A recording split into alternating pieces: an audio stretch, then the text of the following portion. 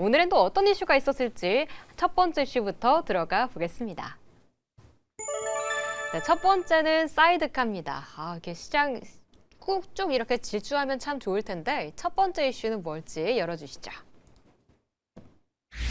코스닥 상장 폐지 집중관리단 가동, 다음 사이드카도 시간 문제입니다. 설 연휴 이후에 억눌렸던 투자 심리가 분출했습니다. 코스닥 시장에 올해 들어 벌써 두 번째 매수 사이드카가 발동됐는데요. 여기에다 상장 폐지 집중관리단을 가동해 부실 기업들 더 빠르고 더 냉정하게 속가되겠다라고 밝혔습니다. 이제 코붐업 기대해도 되나요?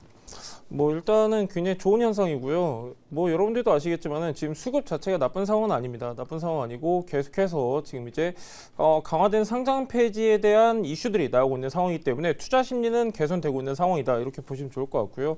다만 오늘 같은 현상을 계속해서 우리가 기대하기에는 좀 그래도 보수적으로 대응할 필요가 있습니다. 왜 그러냐면은 매수 사이드카 계속해서 나오면 좋긴 하지만 그럴 수가 없죠, 현실적으로. 근데 우리가 약간 중장기적 관점으로 봤을 때는 우리가 의미를 두어야 되는 게 어디냐? 저는 메이저 수급이라고 좀 보고 있거든요. 오늘 같은 경우도 메이저 수급이 강하게 유입이 됐는데 매수 사이드카에 우리가 집중하기보다는 이제 약간 우리가 수급적인 의미를 찾을 필요가 있다. 그러니까 그 얘기는 뭐냐면은 지금 계속해서 증시 환경이 개선이 되고 있고 지금 계속해서 수급이 유입이 되고 있기 때문에 중장기적 관점을 바라봐야 되거든요. 지금 중장기적 관점을 봤을 때는 저는 굉장히 좋다라고 봐요. 지금 계속해서 기관이라든가 외인 수급 유지가 되고 있는 상황이기 때문에 일단 가이드는 다 나왔습니다. 6월, 7월 가이드는 나왔기 때문에 어느 정도 계속해서 강화된 상장 폐지 이슈가 나올 때마다 이렇게 수급이 유입될 가능성이 굉장히 높다 보고 있고, 여러분들이 보셔야 되는 거는 지금 시장에서 주도하고 있는 업종들을 좀 중점으로 보시면 좋을 것 같고요. 오늘 같은 경우도 2차 전지 다시 한번 순환매가 돌았는데 이렇게 업황 개선 기대감이 더해지는 것들 좀 중점적으로 보시면 좋을 것 같고, 보통 이제 우리가 볼 때 현재 실적으로 주가는 안 움직이죠. 미래 실적으로 주가가 움직이는데 그러면서 수급이 유입이 되고 실적 발표가 되고 그러면서 다시 한번 재평가가 이루어지는 이런 형태를 띠고 있기 때문에 약간 업황 기대감이 반영이 되는 업종들 체크하시면 좋을 것 같고요. 여러분들 수급 보실 때 외인 기관, 요즘 여러분들이 보시는 것들은 이제 아무래도 외인 수급이 좀 집중된 것들 많이 보시곤 하는데 저는 약간 이렇게 보고 있습니다. 여러분들 기관 수급을 좀 보실 필요가 있어요. 왜 그러냐면은 앞전에 이제 저번 달만 하더라도 굉장히 핫했던 뉴스가 연기금 같은 경우는 투자 포트폴리오에서 코스닥 비중을 늘리겠다 이렇게 얘기를 했거든요. 그래서 저는 이제 두 가지 메이저 수급을 본다라고 하면은 외인 수급도 좋지만 그래도 기관 수급 집중되는 종목들 체크하시면 좋을 것 같습니다. 업황 개선이 되는 업종들과 기관 수급이 좀 들어오는 쪽으로 선별해서 보는 게 좋겠다라고 좀 말씀을 주셨네요. 근데 코스닥 시장 이런 정책이 뒷받침돼주는 건 너무 좋지만 PER이 그렇게 싼 건 아니지 않나요, 대표님? 근데 코스닥 같은 경우에는 애초에 그 코스닥 시장에 상장해주는 기업들의 그런 특징들을 보면은 기술 특례 상장을 해주는 곳들이 많잖아요. 그렇기 때문에 이미 지금 시가총액 상위 구간에 있는 그런 이제 기업들 같은 경우에는 좀 고밸류에이션 평가를 받고 있는 곳들도 분명히 존재합니다. 네. 그런데 사실 올라가는 지금 업종 섹터만 수혜를 받고 있는 중이기도 하거든요. 그렇기 때문에 소외받고 있는 사실상 개별 종목들이 더 많다고 생각을 하고 있고, 그렇기 때문에 지금 금융 당국에서도 지금 이제 속금질을 하기 위해서 이렇게 이제 동전주라든지 상장 폐지 이제 관련해서 더 이제 힘쓰겠다라는 이야기가 나오고 있는 걸로 보여집니다. 그만큼 이제 수급 개선에 대한 부분들, 그리고 이제 소외주들은 이제 한번 정리하는 그런 이제 개념으로 보는 게 좋지 않나라는 생각이 들고요. 사실 이제 코스피 시장과 코스닥 시장 봤을 때 지수상의 흐름을 봤을 때 지금 좀 디커플링 되는 그런 부분들이 있었잖아요. 최근에 네. 코스피 시장 지수는 계속해서 지금 달려나가는데 코스닥 같은 경우에는 기존의 주도 섹터였던 2차 전지와 제약바이오 업종 섹터만 가야지 올라갈 수밖에 없는 그런 이제 환경들이었었기 때문에 코스닥 시장이 올라가려면 전반적으로 코스피 시장에서 밸류업이 있었던 것처럼 코스닥에서도 이런 코스닥만의 그런 코스닥 활성화 대책이 계속해서 진행이 되어야지만 외인 기관 수급이 들어오면서 그 외 개별주들까지 그런 낙수 효과를 받을 수 있다. 이런 관점으로 보시는 게 좋을 것 같습니다. 그래서 코스피 같은 경우에도 지금 이제 5,000P 고가를 찍어주기까지 몇 달밖에 지금 진행되지 않았거든요. 네. 불과 몇 달 만에 4,000피에서 5,000피로 지금 올라간 거고 이제는 6,000피를 바라보고 있는 와중에 코스닥 같은 경우에는 여전히 지금 1,000스닥 구간대에 계속 좀 머물러 있는 시기들이 좀 더 많았다고 보시는 게 좋을 것 같아요. 그래서 키 맞추기를 이제 어떻게 해나가느냐 이런 부분에 있어서 이제는 올 지금 연초부터 코스닥 시장에 대한 기대감도 이제 상당 부분 지난 이제 1월 중순에서 말부터 좀 반영이 되기 시작했고 오늘 특히 사실 이제 연휴가 2거래일 정도 이제 지금 남아있는 상황이긴 한데 보통 이게 연휴 전후로 해서 증시 변동성도 크고 차익 실현에 대한 심리가 크잖아요. 네. 그런데 워낙 지금 국내 증시에 대한 그런 수급이 강하게 지금 몰아치다 보니까 지금 이렇게 2거래일 동안에 사이드카가 걸렸다.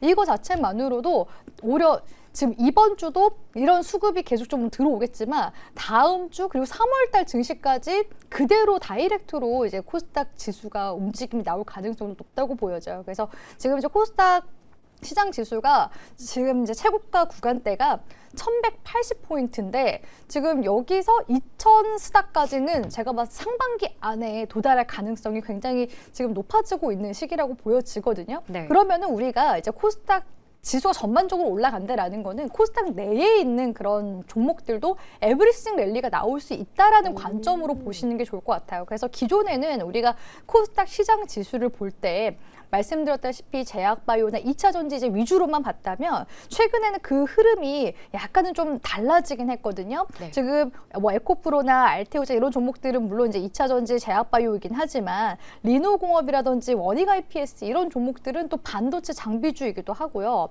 또 레인보우 로보틱스도 지금 시가총액 5위에 지금 위치를 하고 있는 상황이잖아요.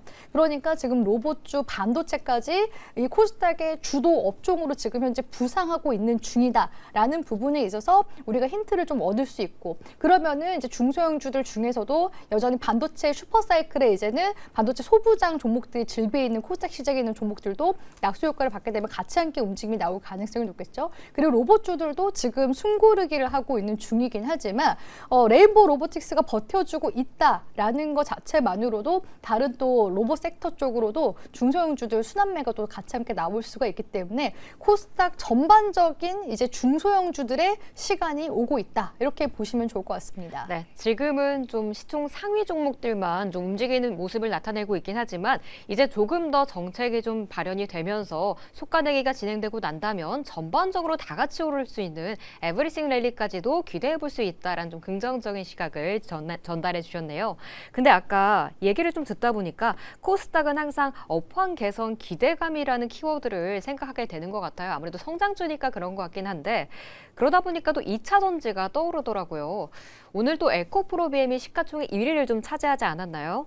2차 전지 시간이 좀 돌아올 수 있을지 올해 말에는 그나마 또 턴어라운드 된다는 얘기도 있더라고요. 코스닥에서 2차 전지의 봄이 올 수 있을까요? 예, 일단 뭐 시간이 좀 걸립니다. 왜 그러냐면 제가 앞전에 우리나라 2차 전지 업황을 좀 말씀드릴 때 우리나라가 안 됐던 게 규모의 경제가 안 됐다 이렇게 좀 말씀을 드렸는데 그러면 이제 그거를 채울 수 있는 게 뭐가 있냐? ESS거든요. ESS가 본격적으로 이제 실적으로 연결되는 구간이 언제냐? 올 하반기라고 좀 말씀을 드렸습니다. 그리고 글로벌 관점으로 봤을 때는 중국산 악성 배터리 재고가 계속해서 감소하고 있어요. 그러면서 다시 한번 리레이팅할 수 있는 구간이 올 하반기다라고 좀 말씀드렸었고, 그러니까 제가 아까 말씀드렸다시피 주가 같은 경우는 현재 실적에 움직이지 않습니다. 미래 실적, 미래 가치가 반영이 되면서 기대감이 상승하곤 하는데 지금이 그런 시점입니다. 그렇기 때문에 기관이라든가 외인 수급 계속해서 유입이 되고 있고, 그러니까 지금 이제 업황 개선 기대감이 더해지고 있기 때문에 수급이 유입되고 있는 상황이다. 이렇게 보시면 좋을 것 같고요. 본격적인 실적 반영 시기는 올 하반기다. 다시 한번 말씀드리면 좋을 것 같고, 여러분들한테 제가 말씀드리고 싶은 건 뭐냐면은 ESS 우리가 무시할 게 못 됩니다. 왜 그러냐면은 지금 전력난이 본격화가 됐습니다. 그러면서 전력에 대한 문제점이 계속해서 대두가 되고 있는데 가장 필수적으로 들어야 되는 게 ESS입니다. 우리나라는 약간 체감이 덜할 수 있어요. 근데 미국 같은 경우는 가정용 ESS도 굉장히 보편화가 됐습니다. 보급도 잘 되어 있기 때문에 앞으로는 ESS 쪽 우리가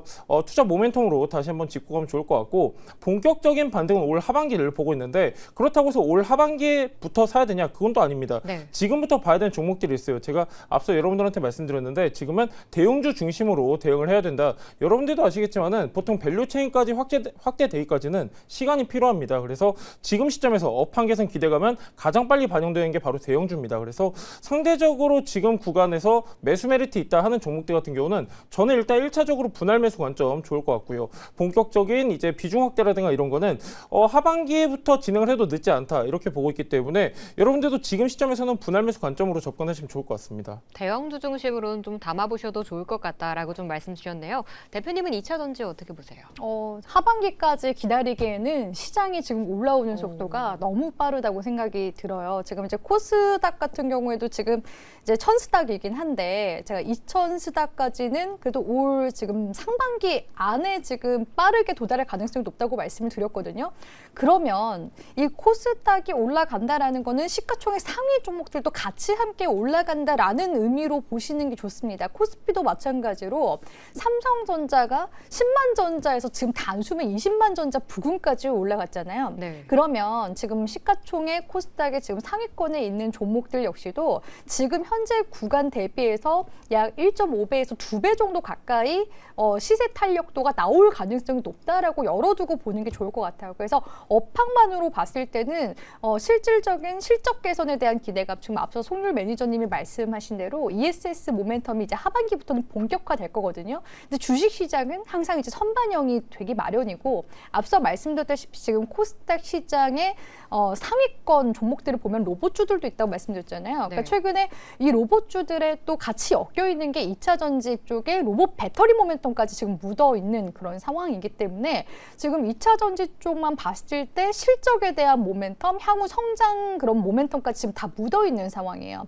그래서 하반기까지 분할 매수하기보단 지금부터라도 저는 일찌감치 선침의 관점으로 들어가셔야 된다. 그러니까 하반기에 들어가는 거는 사실상 뒤늦게 이제 올라타는 관점으로 봐야 되지 않나라고 생각이 들어요. 그래서 지금 현재 구간에서는 이제 선취매가 저는 가능한 시기라고 보고 있거든요. 그래서 정말 투자다운 투자, 반도체 랠리를 놓쳐서 아쉽다 하시는 분들은 저는 2차 전지 쪽도 충분히 대안 가능성이 굉장히 높고 사실 수급적인 측면에 있어서 이 2차 전지 쪽 섹터 랠리가 나올 가능성도 매우 높다고 보고 있습니다. 왜냐하면 지금 최근에 주도주 업종들 보면요. 조선, 방산, 원전, 반도체, 지금 전력 다 갔어요. 네. 근데 상대적으로 지금 2차 전지 업종 섹터만이 지금 밸류가 기존의 2023년도 지금 비해서 많이 낮게 지금 평가가 되고 있는 상황이란 말이에요. 그렇기 때문에 시장이 어느 정도 이제 올라가고 나면은 그런 차익 실현에 대한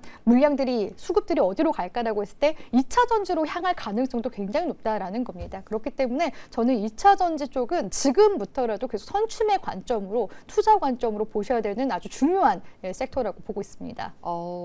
오히려 송유 매니저님이 조금 더 안전하게, 오히려 우리 유정 대표님이 조금 더 공격적으로 좀 말씀을 주셨네요.